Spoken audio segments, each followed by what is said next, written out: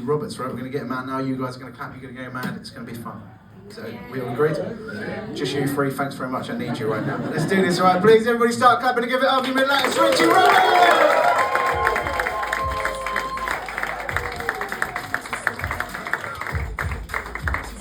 Folks, we well? Yeah. Amazing, it's good to be here. It's lovely to be in your city of Cambridge. It's absolutely beautiful. Thank you very much for having me. It's lovely to be anywhere these days because I should point out I am a single dad. Or an R, or an U, that's right. I feel like I overrate that sometimes because my situation is that my kids live with their mum and I'm on Tinder. That's all that means. You are right though, miss, I've got a bit of an accent. I'm from a small town in South Wales called Barry Island. You might have heard of it? Yeah, the shoulder's finally gone away. But I live not too far from me now. I live in Essex. I've lived there for a little while. It's home from home for me and I love it. There are moments when I realise that life isn't quite panning out as planned. Give us a cheer if you've been to Southend before.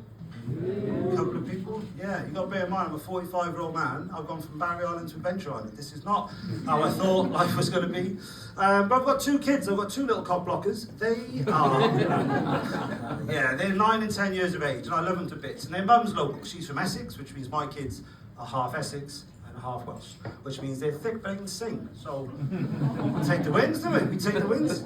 But I actually think I'm a really good dad. I know this because I've actually got a 95% success rate of taking on the right kids from school. Now this bothers me a little bit, right? Because if you're 95% good in any other walk of life, you are smashing it. Once I took on the wrong kids. I haven't even got Asian twins. I don't know what happened that day. That was on me, unfortunately. But my daughter, she's growing up way too fast for my life. You know, we share these lovely moments. You know, in the car, her favourite song comes on the radio. She sings along to it. There was a time when she was little, it would have been Bar Bar Black Sheep or Twinkle Twinkle. But now her favourite song is by an artist called Sabrina Carpenter. And the lyrics to the song go as follows. I've heard you're back together, and if that's true, I guess you're gonna taste me when he's kissing you. I don't like it. I don't like it. She's 9, not 19. When I was 19, it cost me $3.99 a minute to get a woman on the phone to talk to me like that. Do you know what I mean? This is not. I don't like it. But I've had other dad fails. I've had dad fails along the way. Nothing quite as serious as child abduction. But because we're in the half-term week now, just before we broke up for half-term, I've taken the kids to school. It was my turn to take them to school, and I've dropped them off. And as I've left, I've realised I've sent the boy in without a packed lunch. Right? Not the end of the world, but it's the kind of thing you don't want the mum finding out about. Right? So I've run the school, I've explained the situation to the nice lady. She was good. She said, that's all right, love, it's not a problem. What form is he in? Now,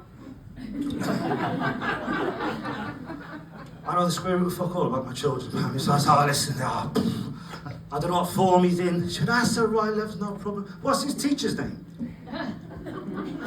It's like, you're going to have to ask me one on sport, I think. I said, I don't know his teacher's name. She is a lovely lady doing a great job. His handwriting is coming on a treat. She went, that's all right, no problem. What's his date of birth? Fuck me.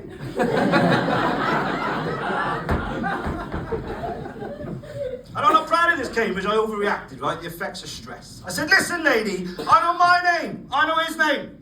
I think that's enough information, don't you? She was good as gold. Clearly not her first dad phone call of the day, right? She's dealt with this kind of thing 1,000 times before. She's calmed me down.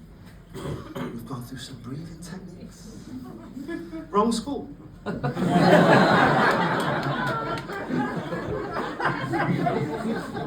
So if you've seen him, he's about that big. We'd like him back.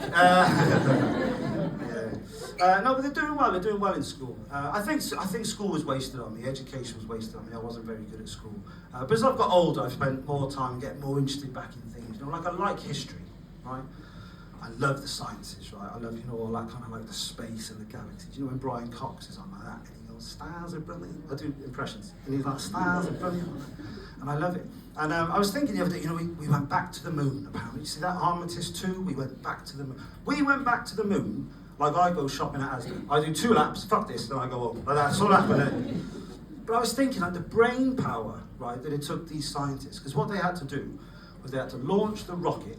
It had to do 3 orbits of the world and then propel itself to where the moon was going to be in 2 days' time.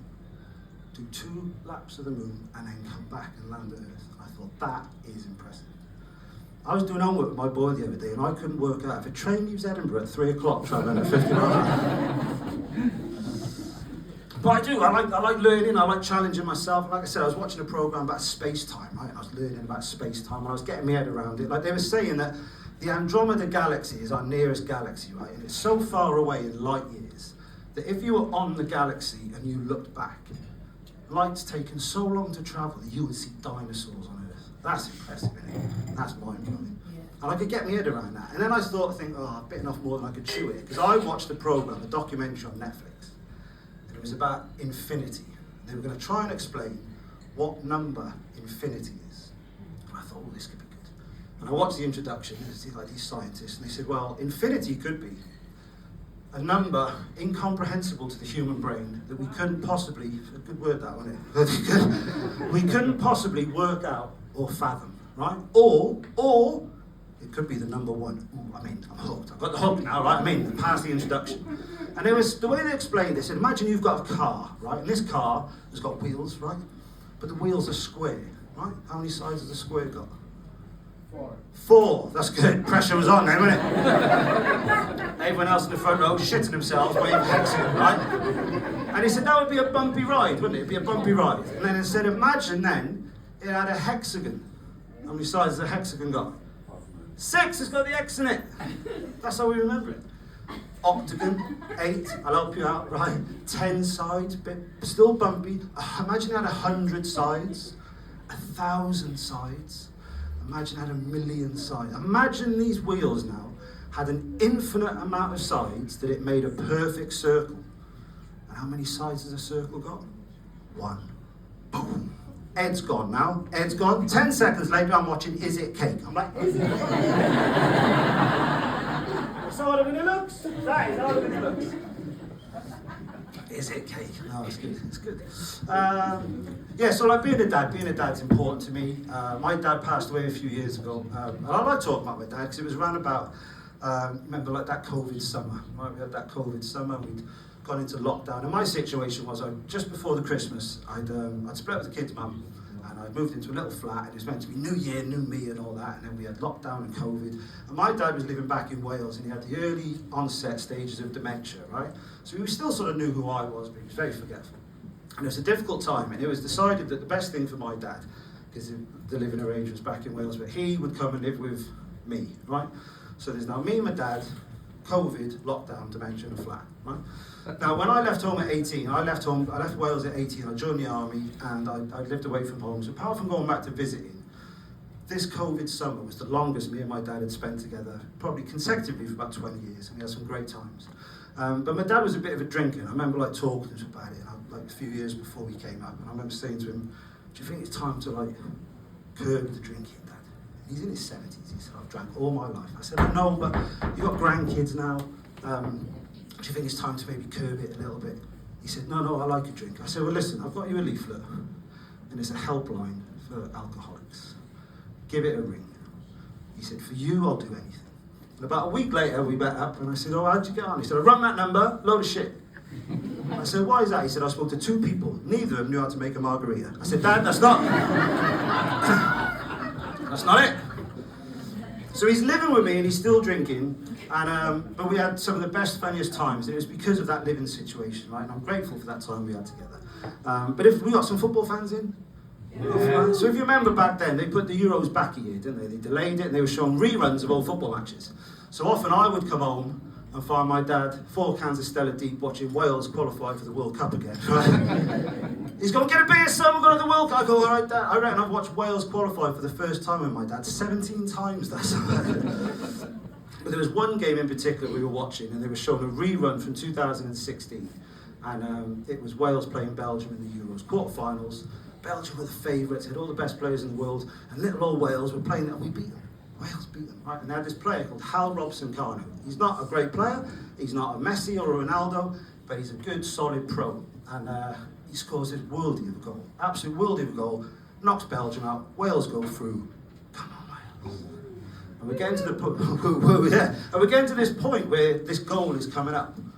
And my dad, talking about Hal Robson, he turns to me, he goes, I've never rated him. I said, I bet you a tenner he scores, Dad. I made 100 quid that summer. I did alright. I did alright out of that. It's good. Oh, yeah, amazing time. Prince Andrew's been in the news again. Looks like he's going to get nicked. You see that? He's a wrong un, isn't he? He's a wrong un. I was wondering, do you remember the good old days when we used to laugh at people when they said the world was run by billionaire paedophiles? Do you remember when we used to like scoff at those people? Is anyone old enough to remember David Icke? Couple. Is anyone right? I'd say David Icke was like a late 80s, early 90s TV radio person, but he was a bit of a conspiracy theorist, right? If he was around today, he would have a podcast, right? And he would be talking about this stuff. And he used to say about the world was run by lizard men, right? And he was on Terry Wogan, very famous clip, and Terry Wogan's laughing and the audience is laughing at him. And he would say, yeah, these lizardoids, they've mated with humans and they run the world. They control the stock markets, they control the media, they control the fear narrative on all the people in the public to keep control of them. And these lizard people are presidents and kings and heads of states. And the interesting thing about lizards is they don't sweat. That's all I'm saying. That's all I'm saying. What are we doing with time? We're doing all right for time. This is good. I've got one of these. Has anyone got the Apple Watch thing? I'm new to this technology, right? And I don't like it. I feel like my Apple Watch takes a piss out of me a little bit. Because I was walking the other day and it said, great workout, keep going. And I was coming back from Greggs with a sausage roll. I thought, you prick, that's not what I need. I'll let you decide what we talk about. We can carry on. I can keep letting you know a little bit more about me, or I can tell you a really shit joke about chlamydia. What do you want? Chlamydia. Everyone says the chlamydia thing. Yeah. The reason I talk about that is because I touched on it earlier on about being, separated from the kids' mum. And I see there's some lovely couples in the audience tonight. I made a decision. I don't want to be single forever. I want to get back out there. I wanted to meet someone special. Someone special you can share things with, like gas, electric, hot water. But I was chatting to a friend of mine, a gay friend of mine. He's out. I haven't just outed him. He's out for a while. But and we were chatting about the perils of dating in your 40s, right? And he was saying to me, well, he said, why don't you mix it up a bit? I was like, what do you mean? He said, why don't you try a bit of dick? I was like, well, my name's Richard, there's no dick going on over here. He said, well, when I came out, he said, I discovered that I like my men like I like my coffee. I thought, please don't say it. And then he looked me up and down, he went, white and weak. I didn't like that. Thing was, he only came out a couple of years ago, he was married and all that, and there's like, you think back, you think, oh, there were signs, there was loads of little signs looking back, like he always used to eat a Mars bar upside down to feel the veins on his tongue. That was the...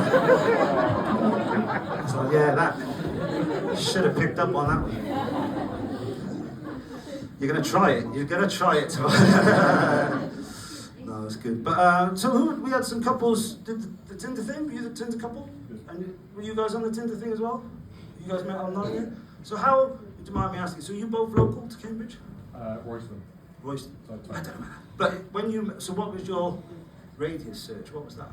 I was at uni and I was in the Netherlands. Wow, that's a big radius, eh? Okay, how far? And you met like that? Wow, that is impressive. And how far away were you guys? Not far. Not far at all, yeah. Because the point I'm making is that you guys in Cambridge, you're quite lucky, you're surrounded by land. I'm down in Southend, right? 10 miles from me is like halfway to France. It's a night. Sometimes I get little notifications on there, be like, hey Richie, guess what? You've just matched with Jenny, 37 from Kent, and she is only 2 miles away. And she ain't. And so I'm getting a taxi boat across a major shipping lane. Like me and Jenny are not meeting up. I actually think, right, when you get to my age, the algorithms on the apps, they need to update and be a bit more age appropriate. So for example, I don't need to know height, weight, hobbies, interests, 2 truths and a lie. I don't need to know that. What I need to know is important information. The key information is going to help me as a fully grown adult male make an informed decision as to whether or not this could possibly blossom into a full, loving relationship. I need to know, do I have to cross a bridge? Are you ULEZ compliant? And do I have to pay the dart charge? These are the 3 fundamentals to any good start of a relationship. Yeah. I have been seeing someone recently that was going quite well. Sometimes this loses the room a little bit, but there's a bit of an age gap, right? Oh, strapping. Oh. It's a bit of an age gap, right? I'm 45, she's 28.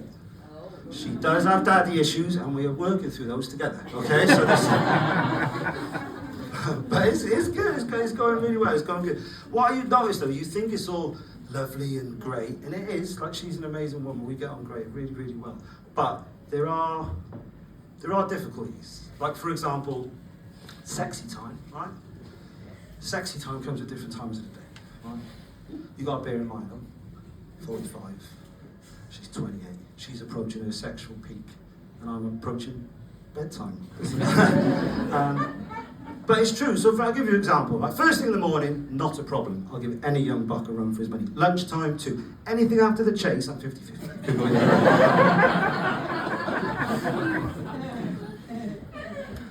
Does anyone remember the phrase? You don't really hear a lot of it anymore. PDA. Do you remember that? Public displays of affection. You don't really hear a lot of it anymore. But I'm mindful of the age gap thing when we're out in public. And we were walking through the park the other day, and it was a beautiful morning. It's like a little lake. There's all like the little ducks and that on the lake, and we were walking through the park. There's a few dog walkers out and about, and I'm mindful of the PDA thing. And we got a coffee, and we're holding hands, and we're walking through the park, right? And I sort of look, and I think, gosh, she's beautiful, and she's very sexy. And I'm a very lucky man. And we're walking through the park, and I'm sort of looking about, and I start to realise that no matter how much I want to, no matter how much she begs me, I can't push her on the swings. I can't do it.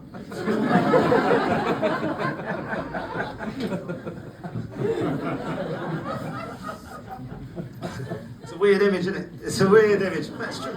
I touched on it earlier on. I'll leave you guys with this one, but I touched on it earlier on about the when I left home at 18. I left home at 18. I joined the army, so I was based in London. And I was doing the horse guards thing. Did you guys go down to London? You see horse guards? You see the guys and girls on the horse? So I did that. And I did it for 5 years, and I loved it. I'd never ridden before I went. I learned to ride, and before you know it, I'm on parade with the horses, and loved it. I was very proud of them.